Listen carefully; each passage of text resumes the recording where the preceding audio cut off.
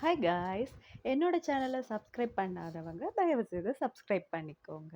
என்ன இன்ஸ்டால கூட ஃபாலோ பண்ணிக்கலாம்ங்க.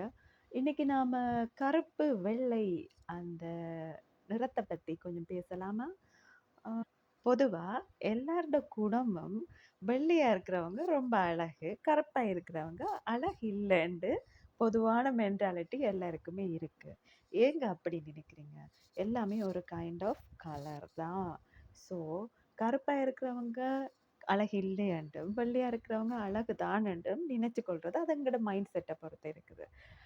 கருப்பா இருக்கிறவங்கள்ல கலையா இருக்கிறவங்களும் இருக்கிறாங்க தானே! அதே நேரம் வெள்ளையா இருக்கிறவங்கள்ல அசிங்கமா இருக்கிறவங்களும் இருக்கிறாங்க. ஸோ கலர்ல எதுவும் இல்லைங்க. அவங்கவங்களோட பார்வையில தான் எல்லாமே இருக்குங்க. ஸோ கருப்பா இருந்தாலுமோ, வெள்ளையா இருந்தாலுமோ யாரையுமே கிண்டல் பண்ணாதீங்க. அவங்களோட மனசுக்குள்ள அவ்வளோ வலி இருக்கும். அத வெளியில காட்டிக்காம, பாவம் "ஐயய்யோ! நான் கருப்பா பிறந்துட்டனே" என்று வொரி பண்ற நிறைய பேர் இங்க இருக்கிறாங்க. ஸோ கருப்பா இருக்கிறவங்கள நான் மென்ஷன் பண்ண விரும்பல. இருந்தாலும் சொல்றேன்.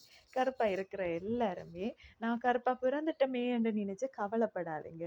கருப்பு ரொம்ப பெஸ்ட்டான கலருங்க. எனக்கு ரொம்ப பிடிச்ச கலர். ஸோ கருப்போ, வெள்ளையோ எல்லாமே நிறம் தானது. நீங்க எல்லாரும் ஒத்துக்கொள்ளத்தான் வேணும். Thank you.